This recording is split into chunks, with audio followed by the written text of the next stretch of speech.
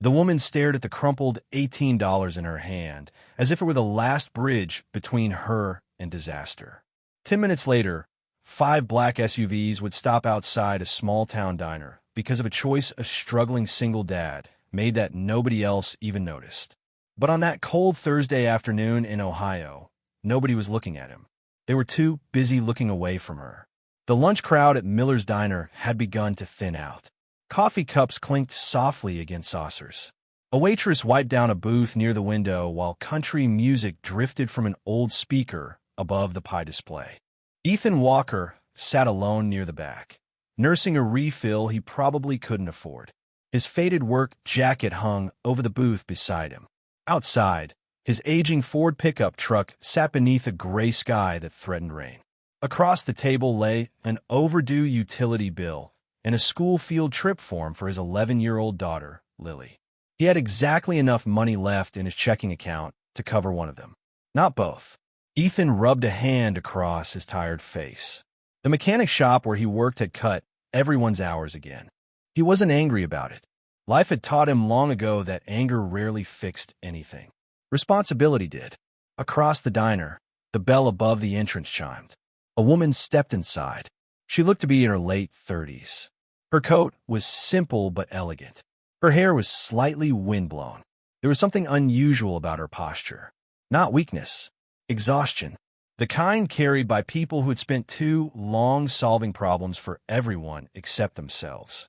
She chose a corner booth and ordered soup and coffee. Ethan barely noticed her at first. He was busy calculating whether he could stretch groceries through the weekend without dipping into the emergency envelope he kept hidden in a kitchen drawer beside the mailbox at home. 20 minutes later, voices rose near the register.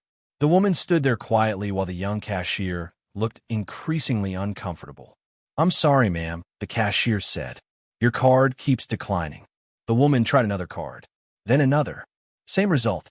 Several customers glanced over. One man rolled his eyes and muttered something about people expecting handouts. The woman lowered her gaze, but said nothing. Ethan watched from his booth, not because she seemed helpless, because she seemed determined not to ask anyone for help. The manager approached. His expression wasn't cruel, just impatient. "Ma'am, if you can't pay, I'll have to ask you to leave." The diner grew quieter. The woman reached into her purse and slowly counted what she had left. $18. Her fingers trembled slightly as she placed the bills on the counter. "This is everything I have right now," she said softly. "I know it's not enough." The room felt smaller somehow. Nobody moved. Nobody volunteered.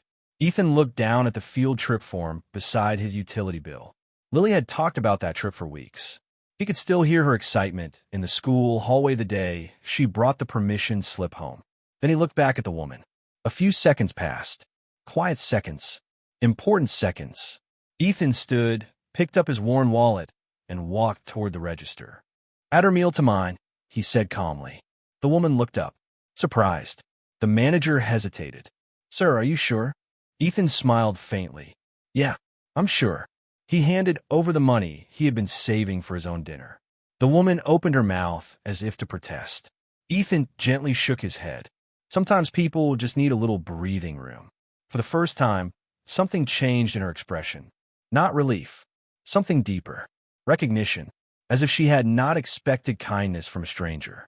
Not today. Not here. Not when she needed it most. Outside, rain began tapping softly against the diner's windows. Ethan returned to his booth and folded Lily's field trip form back into his jacket pocket. He had no idea what he would tell his daughter later. He only knew he had done what felt right. What he didn't know was that the woman watched him leave. And what neither of them knew was that somewhere far beyond the county line, a phone call had already been made. By sunset, 5 black SUVs would be pulling into a place Ethan Walker never expected them to find. The rain followed Ethan Walker all the way home. His old Ford pickup rattled softly as it rolled down the county road, windshield wipers pushing aside sheets of water beneath the glow of scattered streetlights. The diner was already miles behind him, but the image of the woman standing at the register with $18 in trembling hands stayed with him. He did not regret helping her. What troubled him was something far simpler. He had just spent money he could not really spare. By the time he pulled into the gravel driveway of his small house, the porch light was already on. Lily opened the front door before he reached it. "Dad," she called, running down the steps. "Did you sign a field trip form?" Ethan smiled despite the knot in his stomach. "Not yet, kiddo. Let me get inside first." The house smelled faintly of tomato soup and laundry detergent. It was not much, but it was home. A stack of unopened envelopes sat beside the mailbox slot near the kitchen door. Ethan already knew what most of them were. Utility notices, insurance reminders, bills waiting for money that had not arrived yet. After dinner, Lily spread her homework across the kitchen table while Ethan quietly reviewed the numbers again. The field trip payment was due Monday. The electric bill was due Friday. The math refused to cooperate. Across town, the woman from the diner sat alone in a modest room at the Maple Grove Inn. Her name was Claire Whitmore. The world knew her name for reasons she preferred to forget whenever possible. Tonight she sat without assistance, without a driver, without anyone telling her what to do next. A phone rested on the table beside her untouched coffee. Her cards had been frozen during a complicated legal dispute involving company accounts. The problem would be resolved soon. It always was. Yet she could not stop thinking about the mechanic who had chosen kindness over convenience. Most people looked at wealth and status. Ethan had seen a person. That realization unsettled her more than she expected. Back in town, Saturday morning arrived gray and cold. Ethan drove Lily to the grocery store before heading toward the mechanic shop. As they passed the church parking lot, Lily noticed a woman standing beside a stalled sedan near the curb. "Dad," she said quietly. She looked stuck. Ethan glanced through the windshield. He was already late for work. The shop manager had warned everyone that another late arrival could cost them hours. For a moment, responsibility pulled him in two directions. Then he slowed the truck. 10 minutes later, he had the woman's battery connected and the engine running again. She offered him $20. Ethan shook his head. "Just help somebody else when you get the chance." Lily watched the exchange from the passenger seat. Her smile said more than words could. At the garage, however, the consequences arrived quickly. His manager frowned when Ethan walked in. "You were 30 minutes late again, Ethan." Ethan accepted the criticism without argument. Some battles were not worth fighting. Yet that afternoon something unexpected happened. A black SUV appeared across the street from the shop.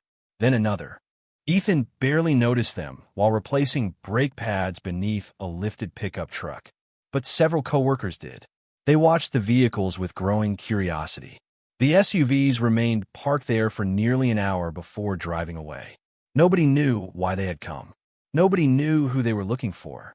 But as Ethan locked the shop doors that evening, he found a sealed envelope tucked beneath his windshield wiper. There was no name on it, only 3 words written neatly across the front. For Ethan Walker. And for the first time since leaving the diner, a strange feeling settled in his chest as he slowly reached for the envelope. The envelope felt heavier than paper should have. Ethan stood beside his pickup truck in the mechanic shop parking lot long after the other employees had gone home. The evening air carried the scent of rain-soaked pavement and motor oil. For a moment, he simply stared at the handwriting. Then he carefully opened it. Inside was a folded note and a gift card to a local grocery store. No signature, no explanation, just a short message. "Thank you for reminding someone what kindness looks like. Please accept this small help for your family."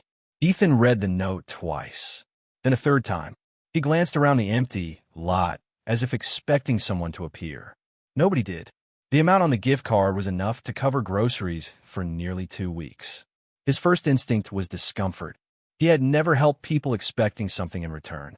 Yet as he thought about Lily and the nearly empty refrigerator at home, gratitude slowly replaced pride. Sometimes accepting help required dignity too. The next morning, sunlight broke through the clouds for the first time in days. At the grocery store, Ethan pushed a cart down the aisles while Lily compared cereal boxes with exaggerated seriousness. He used the gift card carefully, buying necessities first. Bread, milk, eggs, fresh fruit, nothing extravagant. At checkout, Lily noticed him studying the remaining balance. "You always make everything stretch," she said. Ethan smiled. "That is called being a dad." Across town, Claire Whitmore sat inside a temporary office space she had borrowed from a local community center. Her financial situation was already stabilizing.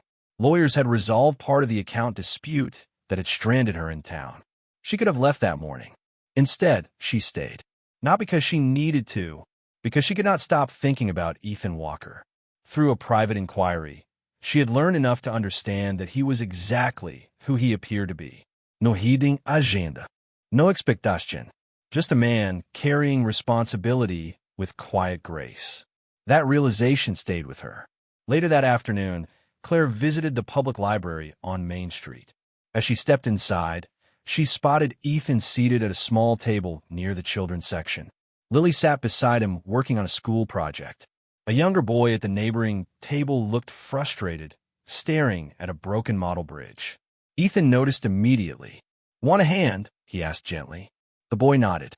For the next 20 minutes, Ethan patiently helped repair the project while still assisting Lily. He never made the child feel embarrassed. He simply treated him as if helping was the most natural thing in the world. Claire watched from across the room without introducing herself. Something shifted inside her. At the diner, she had seen kindness. Here she saw character. There was a difference. Kindness could be a moment.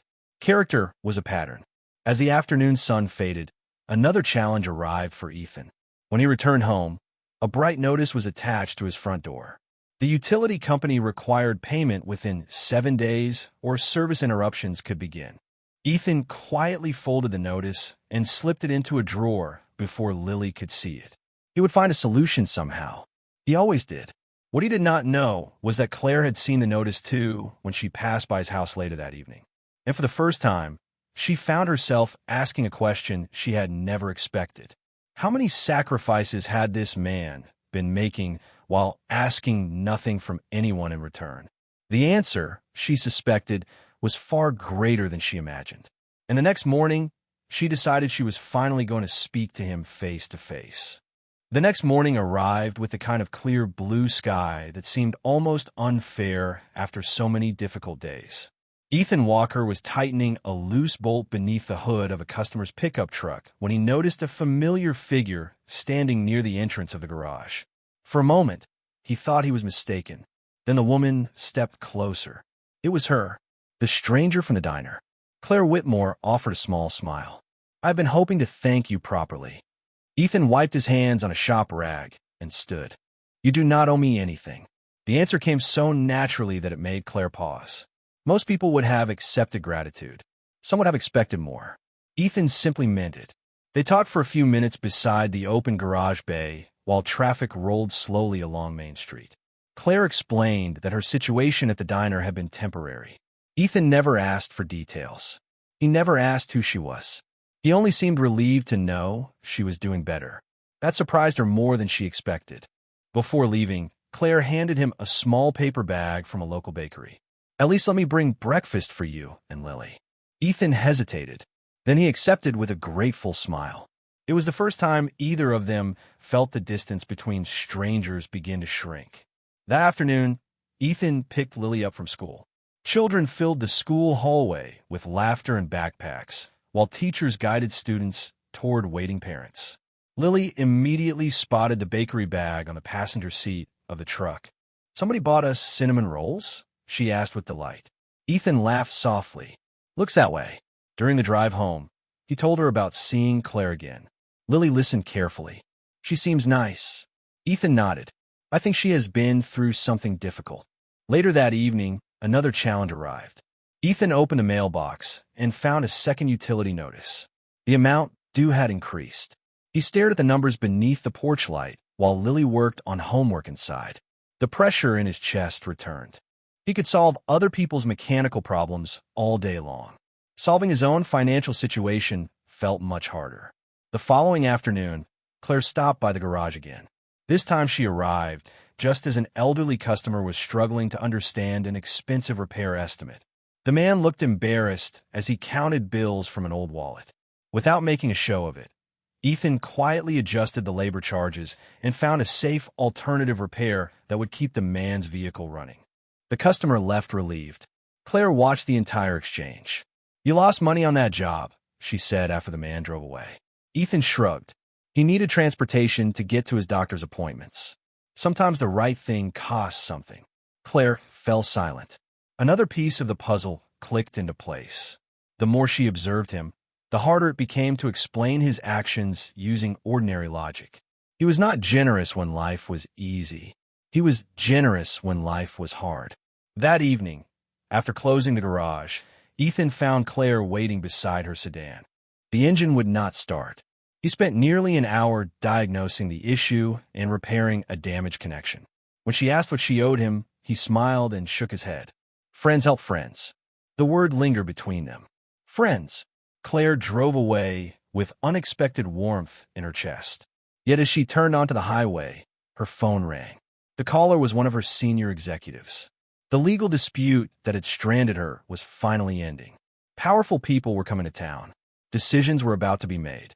And for reasons she could not fully explain, her first thought was not about business. It was about Ethan Walker and how much he still did not know. The phone call stayed with Claire long after she ended it. Her executives wanted her back. The legal dispute was nearly resolved. The temporary isolation that had forced her into this small Ohio town was coming to an end. Yet as she drove past the familiar streets, the diner, the grocery store, and the mechanic shop that had unexpectedly become part of her days, she felt something she had not expected to feel. Reluctance. For the first time in years, she had met someone who treated her like a person instead of a position. 2 days later, a cold wind swept across town. Ethan spent the morning repairing brakes and changing oil before receiving a call from Lily's school. His heart immediately tightened. Parents never received mid-morning calls without imagining the worst. 20 minutes later, he was walking through the school hallway, where teachers moved between classrooms and students hurried toward lunch. Lily was physically fine. Another student had become upset after receiving difficult news about a sick family member and suffered a panic attack during class. While waiting for a parent to arrive, the child had refused to speak to anyone. Ethan found the boy sitting alone near the guidance counselor's office. He quietly pulled up a chair. He did not force conversation. He simply sat beside him. Several minutes passed. Then Ethan began talking about how scared he had felt after losing Lily's mother years earlier. His voice remained calm, honest, gentle. Eventually the boy started talking too. By the time the child's aunt arrived, tears had given way to relief. The school counselor later thanked Ethan. He simply nodded and returned to work. That afternoon, Claire happened to hear the story from a teacher she met while visiting the school to deliver supplies for a literacy program. She stood silently for a moment. Every time she learned something new about Ethan, the pattern became harder to ignore. He seemed to carry other people's burdens almost instinctively. Later that evening, Claire invited Ethan and Lily to join her for dinner at the same diner where their story had begun. Ethan hesitated at first. Money remained tight. Claire immediately understood. "My treat," she said with a smile, "as a thank you for rescuing my car." Eventually he agreed. The diner felt warmer than usual that night. Outside, Ethan's pickup truck sat beneath the glow of the parking lot lights, while inside the smell of coffee and fresh pie filled the air. Lily talked excitedly about school projects, while Claire listened with genuine interest. For a little while, the worries waiting at home seemed smaller. After Lily excused herself to use the restroom, a rare silence settled over the booth. Claire studied Ethan carefully. "You help everyone," she said softly. Ethan smiled into his coffee cup. "Not everyone. It feels like everyone." He looked out the window for a moment. "After my wife passed, people helped us survive. Meals showed up. Neighbors fixed things. Folks from church checked on Lily. I guess I never forgot what that meant." Claire felt her throat tighten unexpectedly. There was no performance in his words. No attempt to impress her. Just truth. For a moment, neither spoke. Then Claire shared something she had told very few people. She admitted how lonely success had become. How difficult it was to know whether people cared about her or simply needed something from her. Ethan listened without interruption, without judgment. The conversation was quiet, but something important shifted between them. Trust began to take root where curiosity had once stood. When dinner ended, they stepped outside into the cool night air. That was when another black SUV slowly pulled into the parking lot across the street. Claire immediately recognized the vehicle. Her expression changed. Ethan noticed. "Everything okay?" he asked. Claire looked toward the SUV, then back at him. There was concern in her eyes now. Real concern. "Ethan," she said quietly, "there is something important I need to tell you about who I really am." And for the first time since they met, the truth was no longer something she could keep hidden. For a few seconds, the sounds of the diner parking lot seemed to disappear. The distant traffic, the hum of neon lights, even the laughter drifting from inside faded into the background. Ethan looked at Claire quietly. He had sensed there was more to her story. He simply had not expected the weight he saw in her eyes. Claire took a slow breath. "The reason those SUVs keep appearing is because they belong to my company." Ethan blinked once. Nothing more. No visible shock. No sudden change. Claire almost laughed at the simplicity of it. "You are not surprised?" Ethan shrugged gently. "I figured you were somebody important." Claire smiled faintly. "I am the chief executive officer of Whitmore Holdings." The name carried enormous influence across several states. Hospitals, logistics companies, manufacturing facilities, and charitable foundations all operated under the Whitmore umbrella. Yet Ethan's expression remained exactly the same. "That sounds like a lot of responsibility," he said. The answer caught Claire off guard. Most people reacted to power. Ethan reacted to responsibility. The distinction mattered. They stood beside his pickup truck for another half hour, talking honestly. Claire explained the legal dispute that had temporarily frozen her access to company accounts. She admitted how exhausting it had become to constantly wonder whether people cared about her or her position. Ethan listened without interruption. When she finished, he simply said, "That sounds lonely." No advice, no judgment, just understanding. Somehow that meant more than anything else. The next morning, Ethan found another envelope in his mailbox. This one came directly from the utility company. Final notice. Payment was due within days. He folded the paper carefully before Lily could see it. Then he drove her to school. As children hurried through the school hallway carrying backpacks and science projects, Lily chatted about an upcoming field trip she still hoped to attend. Ethan smiled and encouraged her, even though he had no idea how he would pay for everything. Worry stayed hidden behind patience. Later that afternoon, Claire arrived unexpectedly at the garage. She carried 2 cups of coffee from a nearby diner. They sat on folding chairs behind the shop while mechanics worked inside. For the first time, the conversation felt easy, comfortable. Real friendship had quietly begun to form. During their conversation, an elderly woman approached the garage looking distressed. Her grandson needed transportation to reach a specialist appointment at a hospital nearly 70 miles away, but her vehicle had broken down completely. The repair would take several days. Without hesitation, Ethan offered the use of his own pickup truck for the appointment. The woman stared at him in disbelief. "How will you get to work?" she asked. Ethan smiled. "I will figure something out." Claire watched the exchange in silence. The truck was one of the few valuable things Ethan owned. Yet he loaned it without seeking praise or recognition. Something deep inside her shifted again. Admiration was becoming trust. Trust was becoming something harder to define. That evening, as the sun lowered beyond the church parking lot near downtown, Claire sat alone inside her hotel room reviewing company reports. One file caught her attention unexpectedly. It contained records connected to Ethan's mechanic shop. Her expression changed as she continued reading. The garage owner was preparing major layoffs. Several employees would lose their jobs before the end of the month. Ethan's name appeared near the top of the list. Claire stared at the screen for a long moment.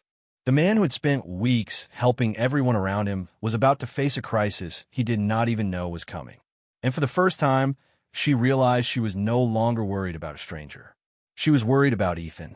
Claire barely slept that night. The report remained open on her laptop long after midnight. Every page confirmed the same thing. The mechanic shop where Ethan worked was struggling.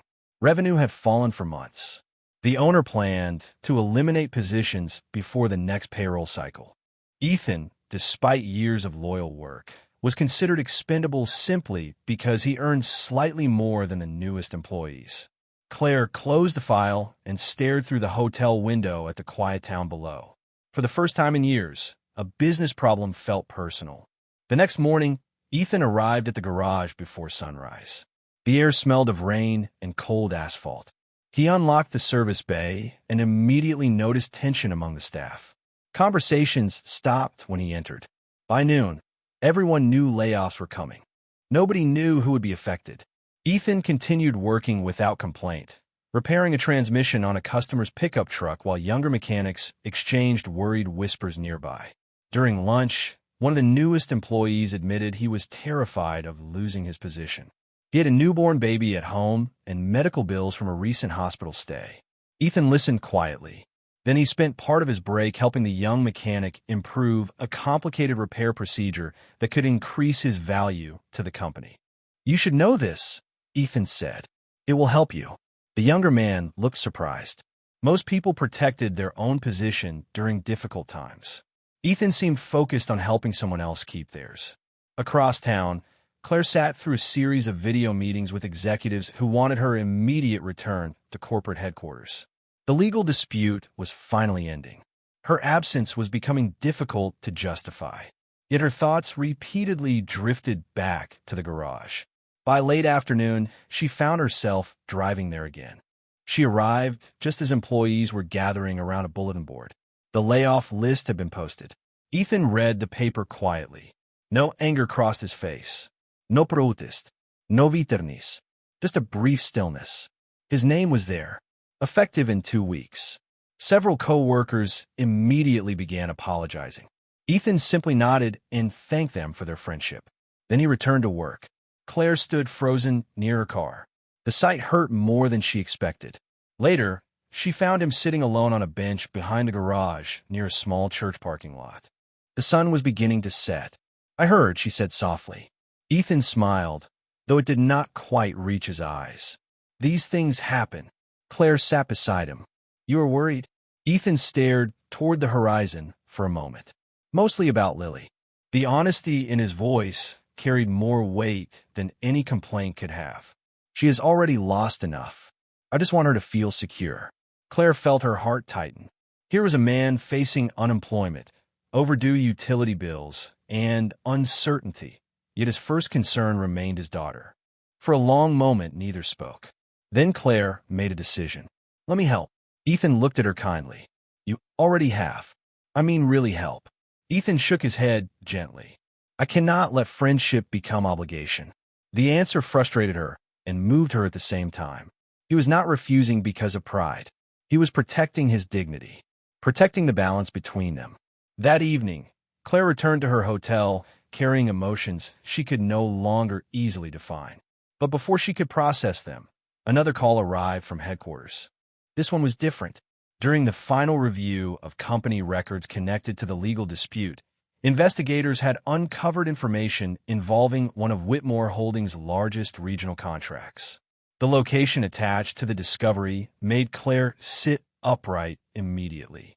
It was the same town, the same area, and somehow, Ethan Walker's name appeared in the file. The moment she saw it, she knew everything was about to change. Claire spent most of the night reviewing documents she never expected to see. The file connected to Ethan's name was not a scandal, a lawsuit, or some hidden mistake.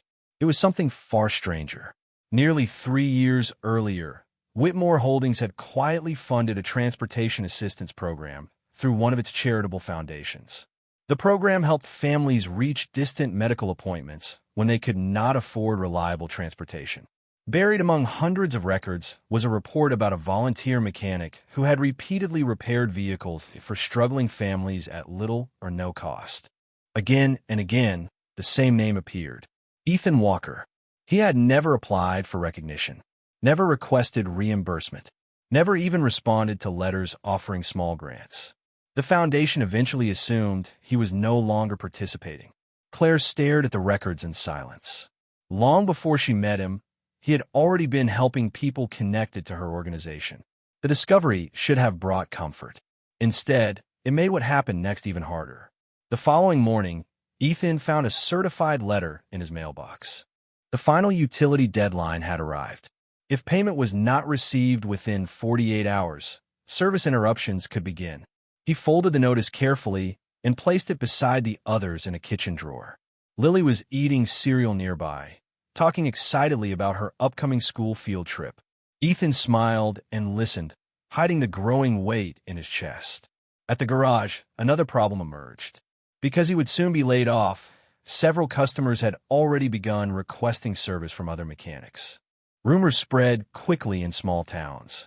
By lunchtime, Ethan's hours for the following week had been reduced even further. The financial pressure was becoming impossible to ignore.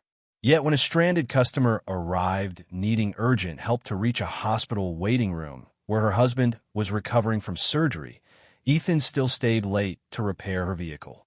He accepted only the cost of parts, nothing more. Across town, Claire finally decided she could not remain silent. She drove to Ethan's house, carrying the foundation records. She wanted him to know what his kindness had accomplished. She wanted him to understand how many lives he had quietly touched. But when she arrived, she found something unexpected. 2 black SUVs were already parked outside. Several corporate representatives from Whitmore Holdings had arrived without her approval. They had learned Ethan's connection to the foundation and believed public recognition could generate positive publicity for the company. Claire's stomach sank.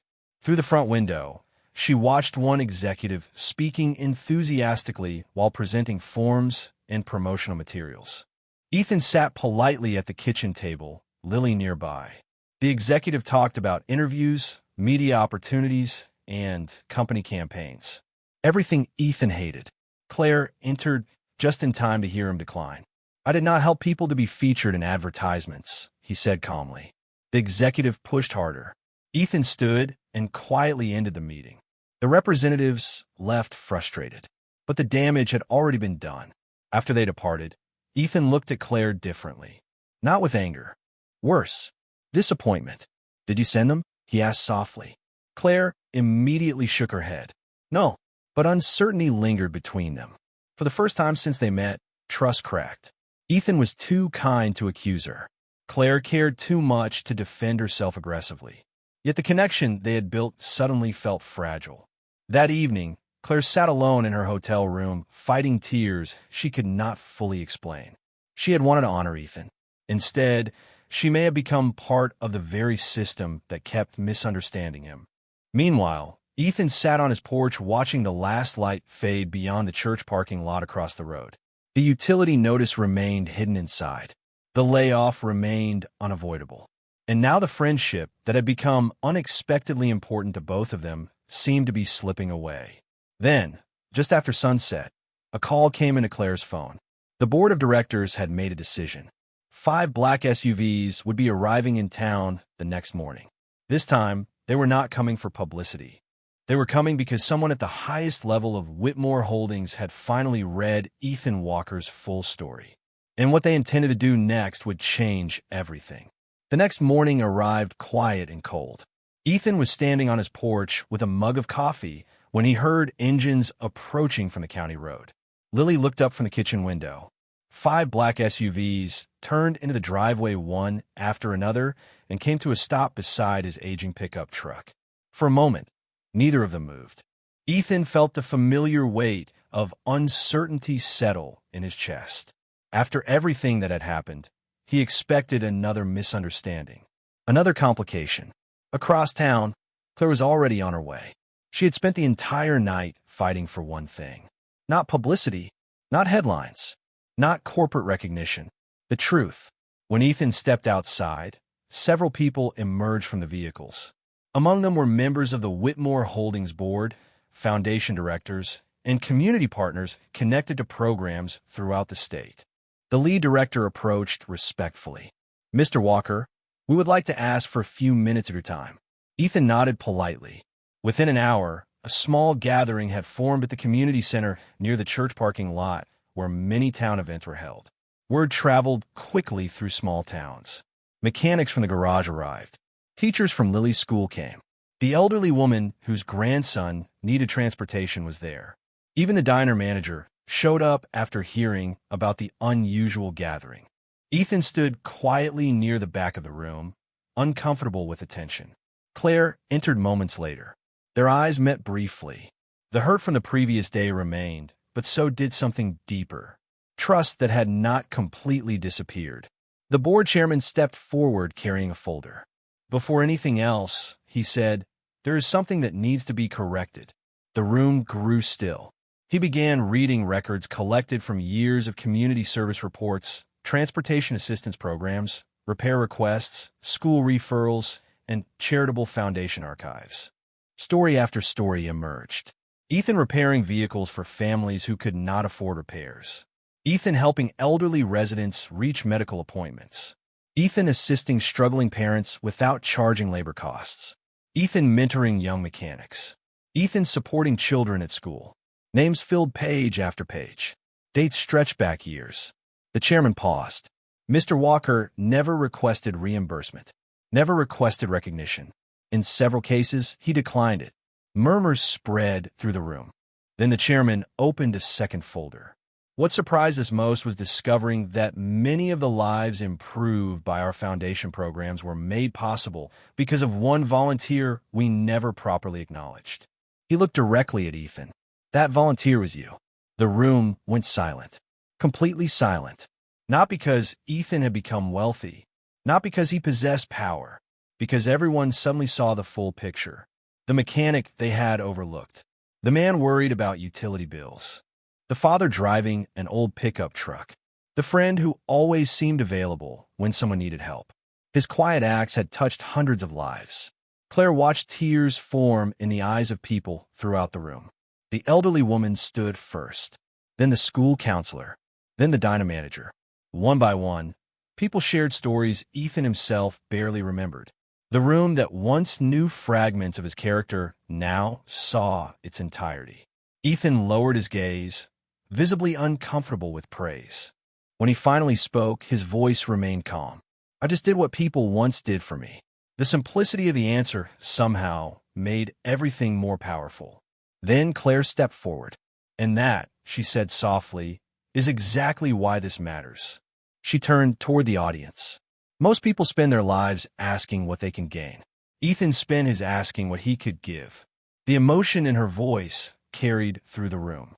This time there was no distance between them. No misunderstanding. Only truth. The board chairman smiled. Because of Mr. Walker's years of service, integrity, and documented impact, Whitmore Holdings is establishing a permanent community transportation and repair initiative in this town. He paused, and we would be honored if Ethan Walker would lead it. Ethan stared in disbelief, not because it was a prestigious position, because it allowed him to continue doing what he already loved, helping people. Near the front row, Lily's eyes filled with tears. Pure pride shone across her face. Later that afternoon, after the crowd dispersed, Ethan and Claire sat outside the diner, where everything had begun. The same diner, the same town, the same quiet streets. Only now the weight they carried felt lighter. Claire looked at him and smiled. "You know, all of this started because you paid for a stranger's meal." Ethan laughed softly. "I think it started long before that." Claire nodded. She knew he was right. The SUVs, the recognition, the opportunity, none of it came from luck. It came from years of choices nobody was watching. Years of dignity. Years of responsibility. Years of quiet strength.